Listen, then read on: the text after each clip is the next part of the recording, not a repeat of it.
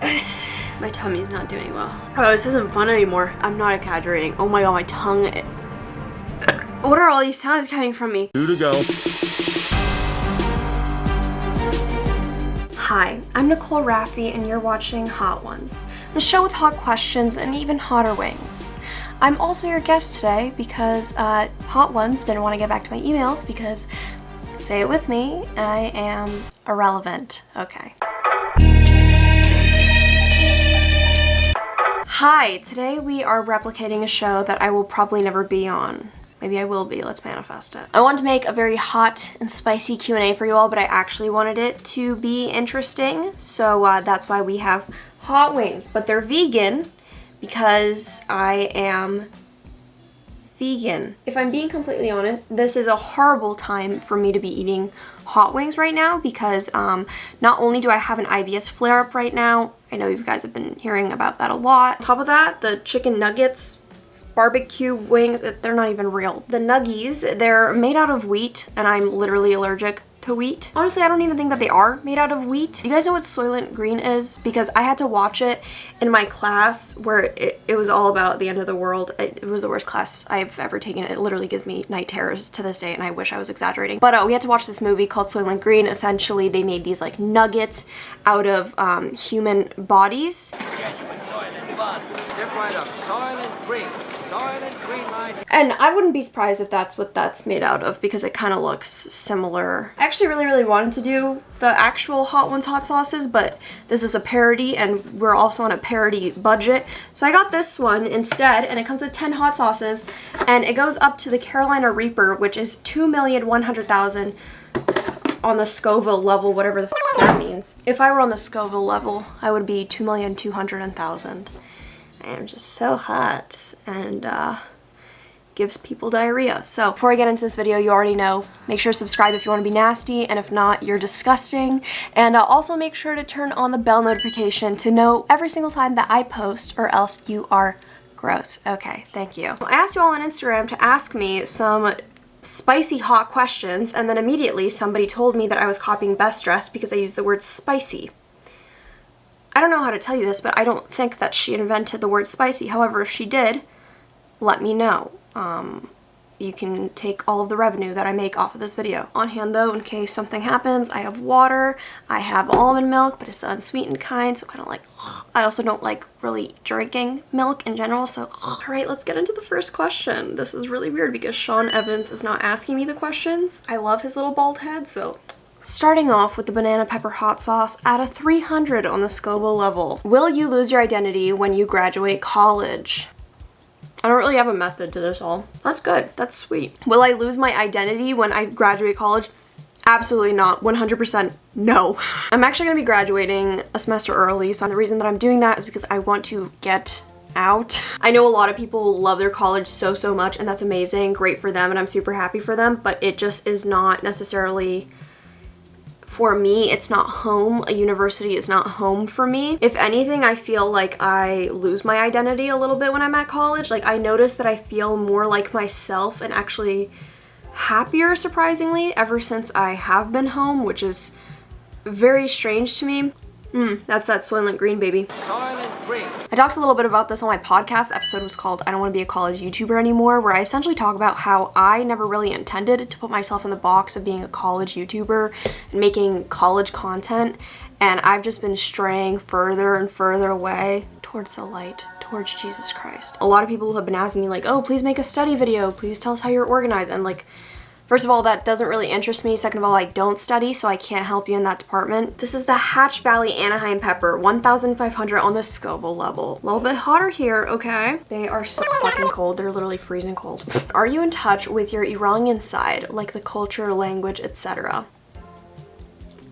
No, and it does suck. A little bit spicier, but not that bad, to be completely honest. Oh my god, 0 calories. What a skinny legend. For those of you who don't know, I'm half Polish, half Iranian. My mom came from Poland and my dad came from Iran. And my dad hasn't been in my life for like the last like 12, 13 years. So no, I'm not in touch with it like at all. My mom will still cook a lot of Iranian dishes that she remembers. That's really the furthest that it'll go. I know more words in Arabic than I do in Farsi, to be honest. Growing up, I kind of always struggled with that. I definitely looked a lot more Iranian when I was a younger kid than I do now, I guess you would say. Obviously, it is a privilege that I am a white passing. I don't have to face the adversities that some people who are from the Middle East have to face. Growing up, especially when I was in kindergarten, not too long after 9/11 happened, it was always very, very weird to talk about that side of my culture, because like when it came to being Polish, like I spoke the language, my family celebrated a lot, and it was just like in my everyday life. But then when it came to my Iranian side, I didn't know a lot about it and I couldn't really talk about it. But whenever I did say I was Iranian, people were quick to call me a terrorist. So far as to teachers going along with it as well, it was bad. It is still a bit hard for me because even if I wanted to learn more about it directly from my family, I can't. Hot sauce number 3, the green Serrano pepper, 17,000 on the Scoville level. Yep, ice cold. This is yucky. Why don't you respond to your DMs from supporters? Sad face. That's less spicy than the last one. That's deceiving. This question makes me really sad. I take stuff like this so personal and I definitely should not, but I hate disappointing people with a burning passion. If anyone ever gives me like any shit for like not responding or not being fast with my responses or like not responding to comments or liking comments, that really, really gets to me a lot. Thing is that I do as much as I possibly can. There was a time when I first started gaining my following where I responded to every single DM that I got possible, but I would sit there for hours responding. And I just wanted to respond to every single person to let them know that I appreciate them, that they meant so much to me, that they were supporting me. And there came a point where I was doing it so much and I was sitting on my phone constantly because I was responding to people all the time, and it was very, very overwhelming. I take this so personal because I know what it's like to support other creators, and I know what it's like when, you know, they don't respond to your DMs or your comments or your messages. And like, that's their choice. They don't have to do anything. They don't owe anyone anything. But then when I started making videos, I wanted to make sure that I responded to everyone because I didn't want to be like that. I wanted to respond to everyone. I wanted everyone to know that I care and I realize it, and that my head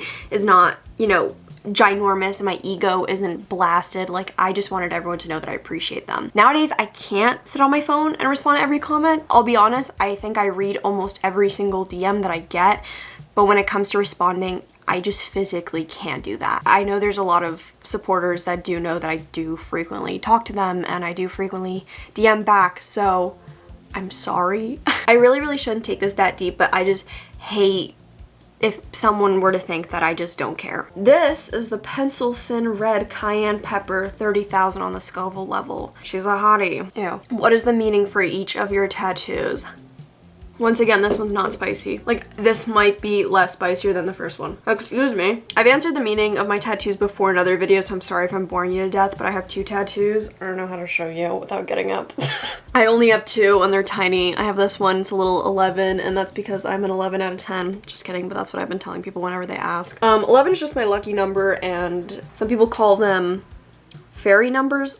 I don't think that's it. Angel numbers? I don't know. For me, it's just like the number that I constantly see when I'm doing things right in my life. It's like the universe's little sign that, like, here you go. Here's your little sprinkle of a sign that things are going okay. So I just kind of want to see my number a little bit more. I got out of time where I did not see the number a lot in my life, but now I'm seeing it more and more and more, so that makes me really excited for life. And then my other tattoo, it says Miracle Liner, and it says it in my own handwriting. And Miracle Liner is a song by the Last Shadow Puppets, and it's my favorite song in the entire world, and it has been for the last few years. Every single person that I showed it to in my entire life was like, I love this song. This is my favorite song too. And so it just became like me and all my closest friends and like family's song. Like, it's their song, so it's like our song. It's cute. But the meaning of Miracle Liner means a whole lot to me. So essentially the entire song is talking about this being, and that you can ask for whatever you want and you shall receive. You just have to ask for it.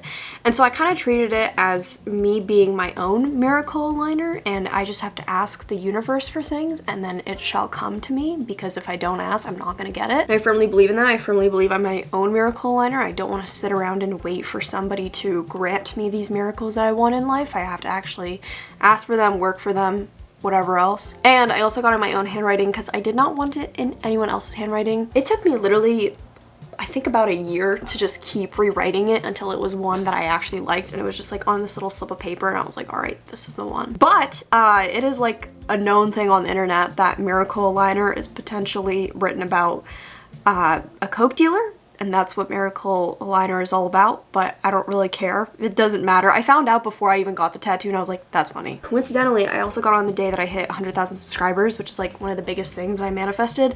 And I also got on Alex Turner's birthday, and I did not know that I was gonna hit 100,000 that day, and I also did not know that I got on Alex Turner's birthday. So, Angel Red Tabasco Pepper, 250,000 on the Scoville level. Are there any people that wanted to be your friend just because you are popular and they want clout? This one's hot. That was a big jump from the last one. The last one was not hot at all. Oh, my insides are melting. Here's the thing. I don't want to think of myself as higher than anyone else, and I hate that. I hate when people think of themselves as higher because they have a social media following. I also do not think that I'm popular. In real life, if you see me like on campus at Temple or anything, chances are I'm most likely alone. Nobody knows who I am. I'm not popular, but I do feel that. I feel like there are definitely people who will try and be your friend because you have a social media following, and they'll try and be very slick about it, but it tends to be very obvious. Like if you and I were never really friends and then you flat out tell me like, oh my god, I really want to be in one of your videos. Can I be in one of your videos?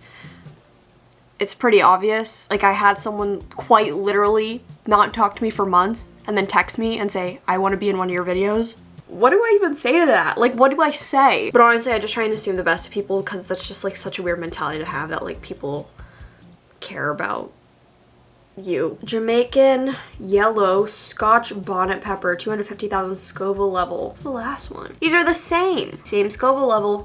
I'm getting duped here. Who are you voting for in the 2020 election?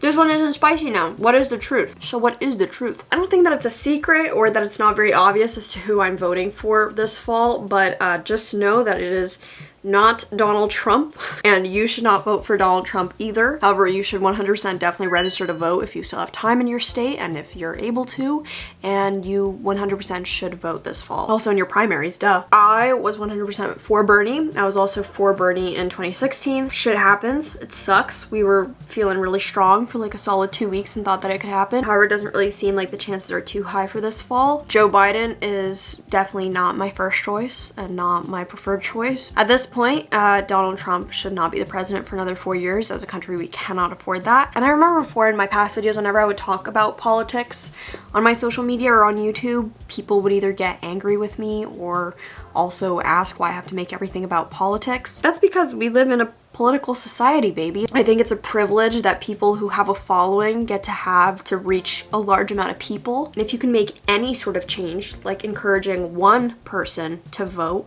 that's one more person than we had before. And I don't really want to sit quiet when it comes to what's going on in our country because it's really bad. It's pretty bad.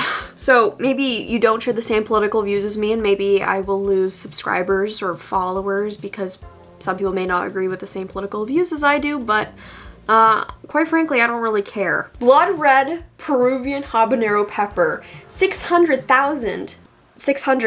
600,000, yes. Sorry, I forgot numbers. I haven't been in school for a while. Do you guys remember that one episode of Drake and Josh where they had the Peruvian puff pepper and it was like the biggest deal in the world? Peruvian puff pepper. I feel like I'm doing pretty well with these, but I think I failed to mention that I actually do pretty well with spice. How did you know that Adam is good for you? Like your relationship is what you wanted? Oh, that was a big jump. I hate milk. You know, that's kind of good in these trying times. Whoa, whoa, whoa, whoa, whoa. Oh my god, I spoke too soon. Oh, this isn't fun anymore. I knew that Adam was, I'm not exaggerating. Oh my god, my tongue. What are all these sounds coming from me? I knew Adam was good for me because for the first time I felt comfortable and safe with another person, specifically being a guy. I spent a couple years in a really abusive relationship, and after that kind of ruined my trust with men and people, and it was just really bad. And it took me a long time to come over that. I'm still working on it. I had to go to therapy for it. I never had to be afraid around him, and totally helped me regain my trust with people. Adam is such a great guy, and he has never hurt me, and physically or emotionally. Pretty quickly decided that we were gonna do long distance. We literally met like 2 months before we both left off for college. I don't know, if you are in an abusive relationship, just know that there are people out there who will treat you amazingly and that you don't have to settle for less. Because I remember thinking a lot of times, this is as good as it's gonna get. Like, I shouldn't complain about how I'm being treated because this is as good as it's gonna get, and that's not the truth. I'm really not well with my mouth right now. Ooh, I don't know if I'm ready to handle this. My tummy kind of hurts. Jalopia? Jalahia? I don't know. It's ghost pepper. It's 1,000,000 on the Scoville level. I'm getting worried. This is not gonna be good. I'm gonna try and take smaller bites. I can feel my stomach not doing well. My biggest fear is throwing up, and I really don't want to. Why am I blowing on it? It's cold. I can smell the heat on it. I don't want to do this. What is something that you would never share on the internet? That wasn't bad, but I'm not gonna lie, I don't think I got any hot sauce on it. How does this make sense? I see how it makes sense. I see how it makes sense now. That makes sense. Okay. I like to keep my relationships, whether that's with friends or my lover, private on the internet. I don't like to share that over the internet. I don't think it's necessary. For me, that's just something that I want to cherish on my own. I know it seems like I put a lot of myself out on the internet, but in reality, I don't even think that I really do. I like to think that I'm still a pretty private person, even though if you look up my name on Google, potentially a picture of Baby Yoda might come up. Oh my god. I'm not very good at making videos with other people. I've noticed that about myself. I feel truly myself when I'm alone. I also feel like after this video is posted, people might want me to open up a bit about my abusive relationship. I don't think that that's something that I would really ever talk about either. I thought I would at one point, but I don't think that I want to anymore, so please respect that. I'm also very careful about plans being put on the internet. I think a lot of things, you know, manifesting is putting things out into the universe, but I also don't think that that means you have to put things out onto the internet. That's not necessarily the universe. So I definitely have some goals and aspirations that I will not be putting out on the internet as of right now. I'm unwell. My tummy's not doing well. Trinidad Butch Tea Scorpion Pepper, 1,400,000. My tummy hurts. What is something that's assumed about you that you feel may not be entirely true? I feel like it's gonna hit soon, but it just hasn't yet. To be honest, I feel like I'm gonna flip this question a little bit and talk about something that's not only assumed about me, but that's assumed about creators a lot right now. I think there's this thing going on the internet. I was right. I feel like there's this thing on the internet right now. Some people may call it cancel culture. Call it what you will. Whatever. I've never been really afraid to post stuff on the internet until as of recently. And that's because I'm very, very scared that anything I say, it may be taken out of context and misconstrued. I think that's something that is assumed about me that I may feel like is not entirely true, is that sometimes people assume the worst of me, if that makes sense. Not necessarily just me speaking, but like all creators. And it can, whoa, I'm going crazy in the head. My head is just not feeling good right now. I think sometimes people, instead of assuming the best of others, like I would hope that we would all do, is that people like to assume the worst of others and assume that whatever they're saying, they're gonna take it in a wrong way and assume something worse. I'm not talking about racist or sexist things. That kind of stuff should not and will never be tolerated. So I just am very much more careful about what I put online nowadays, and I just try not to say anything that'll make someone upset. Ugh, I'm not excited for this one. The Carolina Reaper, 2,100,000 on the Scoville level. You see, I ran out of chicken nuggets. So I'm using one chicken strip, so she's just long and scary and hot. I know on hot ones they do the last dab, but I really, really don't want to have like liquid lava coming out of my butt tonight. I'm not gonna do that. There's enough on here. I don't need to do a last dab. It's not necessary. I'm not on the show. However, Sean Evans, if I were to ever be on the show, I will do the last dab with you. Just as an incentive for me to come on. For what reason? What will I talk about? I have no idea. The last question, which I have gotten so many questions about, is my sexuality.